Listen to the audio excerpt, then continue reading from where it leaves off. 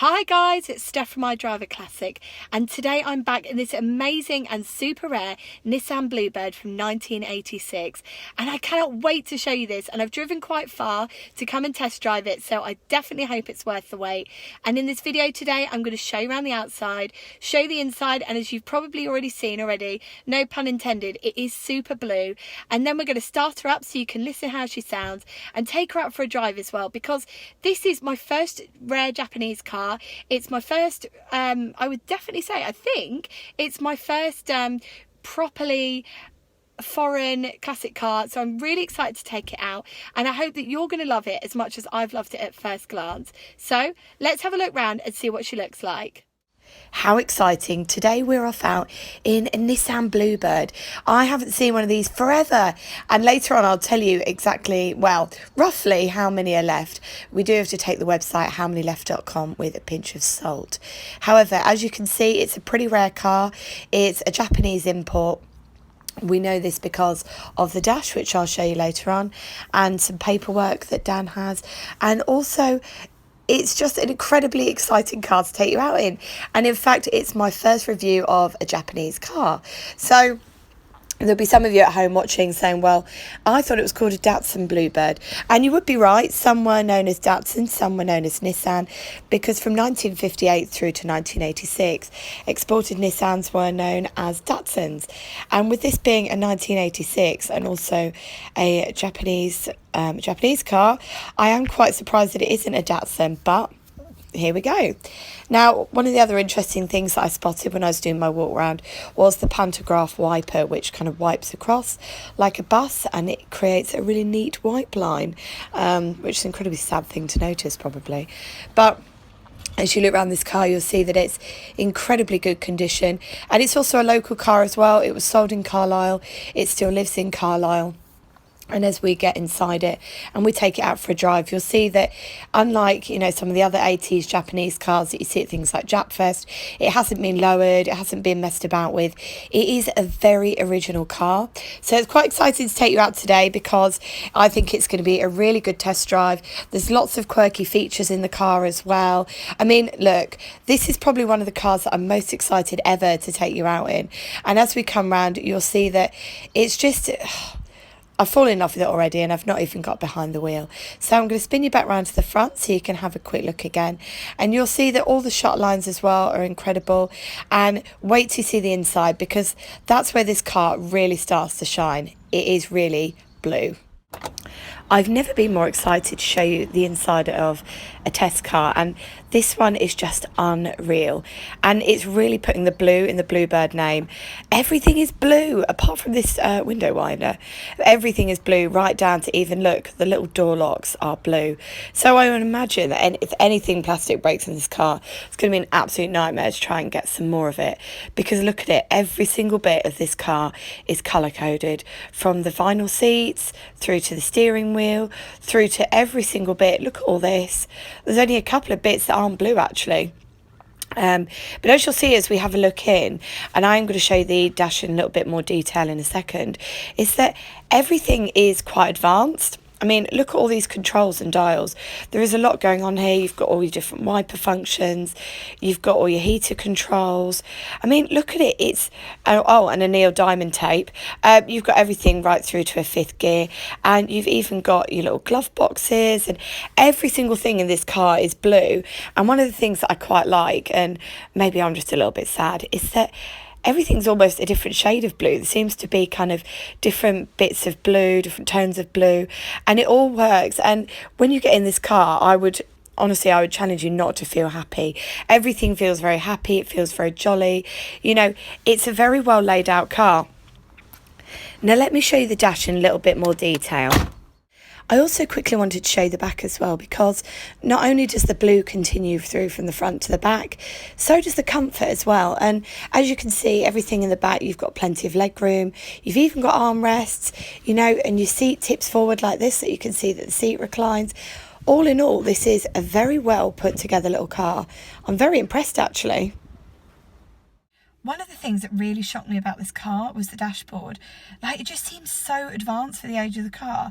There's so many lights, there's so many things going on, and I guess, you know, the Japanese are very well known for, you know, being at the forefront of new technology and, you know, their amazing ideas and innovative thoughts and designs, and I just think this is a really great example of that. And a little bit of a geeky fact for you that Dan told me is that this car was made in Japan and shipped over, but when they started making these in the northeast of England, they actually changed this dash setup and made it a bit more boring. So it's quite nice actually to see exactly what it would have looked like, you know, on the roads of Japan, because we've got these amazing dials and we've got all of it. And even as you come around here, so you come around here, you've got all the buttons and everything's tucked away just over here. You've got your cigarette lighter down there. I mean, in terms of a dashboard, I would say this is probably one of the most comprehensive dashboards I've seen for a 1980s car, and I'm thoroughly impressed before we've even set off. Now, when I got given the keys to this car, Dan said, I've got something to show you. It's really, to be honest, it is so cool. I really love it. Watch this. So we've got the lights on.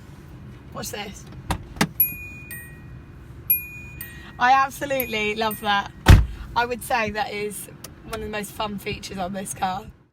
Guys, I'm so excited to start this Nissan Bluebird. Dan drove me down and I've heard it already. It is a very quiet car actually. I'm really quite shocked by it. But I'm going to start it up for you guys so you can hear how she sounds, and we'll give the engine a little rev as well.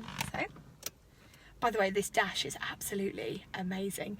It's like, honestly, so you know when you see those space age things from the 80s and everything's like almost on like that gridded paper that you had in your maths class, this is what this is like. So the car is blue and the complementary dash is bright orange. I don't think it gets much better than this, if I'm honest. So let's start this car up and we'll have a listen.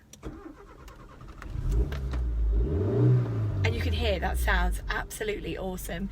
And I guess without delay, it's time to buckle up and we're going to take her out for a drive. I honestly can't find words to sum up how much I love this car. It's so nice to drive. I've got straight in it. It's so smooth. I thought when I took the Montego out that was smooth, but this is a whole new experience. I'll be honest with you, it's just absolutely unreal. The quality, the build quality of this, and just the finish and everything about it. I feel like I could be converted. I can see why people went for stuff like this instead of homegrown stuff, and that is very disloyal of me to say as such a big British Leyland fan, but it's honestly, this is one of the nicest cars I've ever driven, and it feels so much newer in terms of quality and comfort and overall handling than what it is. It doesn't feel like a mid-80s car as you drive it, and it's so, all the noises from outside, you're very insulated in here, so it's almost got that kind of that retro feel when you're sat behind the wheel in terms of what you can see. But the driving experience is just, it's like no other. I've never driven an old Nissan, and I feel like I've been absolutely missing out on. And it's crazy that there's not more of these left on the road. So Dan said to me that he spent 3 weeks trying to get a timing chain for this. 3 weeks, and it's because they're just so scarce. And it's one of those cars, a bit like when I took out the Montego, that I don't understand quite why they're so scarce, because it's nice to drive, it's a pretty car from the outside. You get in, you've got the novelty of the big moulded plastic dash. The gearbox is a dream. Everything about this is just, I couldn't think of a way to make it better, and I've never said that about another car. I really, really couldn't. And if I needed a big saloon to run alongside Jill, I think actually I would probably pick a Nissan Bluebird, because this driving experience is just absolute luxury. So can you believe, as I was saying, there's not many left, and a quick glance at howmanyleft.com reveals that it looks like there's only around 14 left. And what an absolute injustice to this car, because it is so well manufactured. And I know I'm going to keep saying this over and over again throughout the video, but I have never driven a car that is like this from this era. There's usually like a little rogue rattle, or there's a little quirk, and you're like, there we go, there it is, you know, classic car quirk. But there's nothing in this car, and the beauty of it is that it's got that modern car, reliable, you know, comfort feel about it, but it's not boring at all in the slightest. It's fun inside, and I love a colour-coded dash. And this blue is incredible. Like, everything inside is so blue, but it's such a happy car. It's such a happy car. It's such a happy colour, and I can definitely see why these became things like taxis and high mileage saloons and high mileage vehicles, because the comfort offered in this car is second to none. Honestly, I'm really blown away by it. I didn't expect it at all. I really didn't. And I know I always say it, but I feel so lucky to take this car out, because with there only being, you know, 14 of this particular model left, it's highly unlikely that I'm A, going to see another one, or B, going to get to drive another one.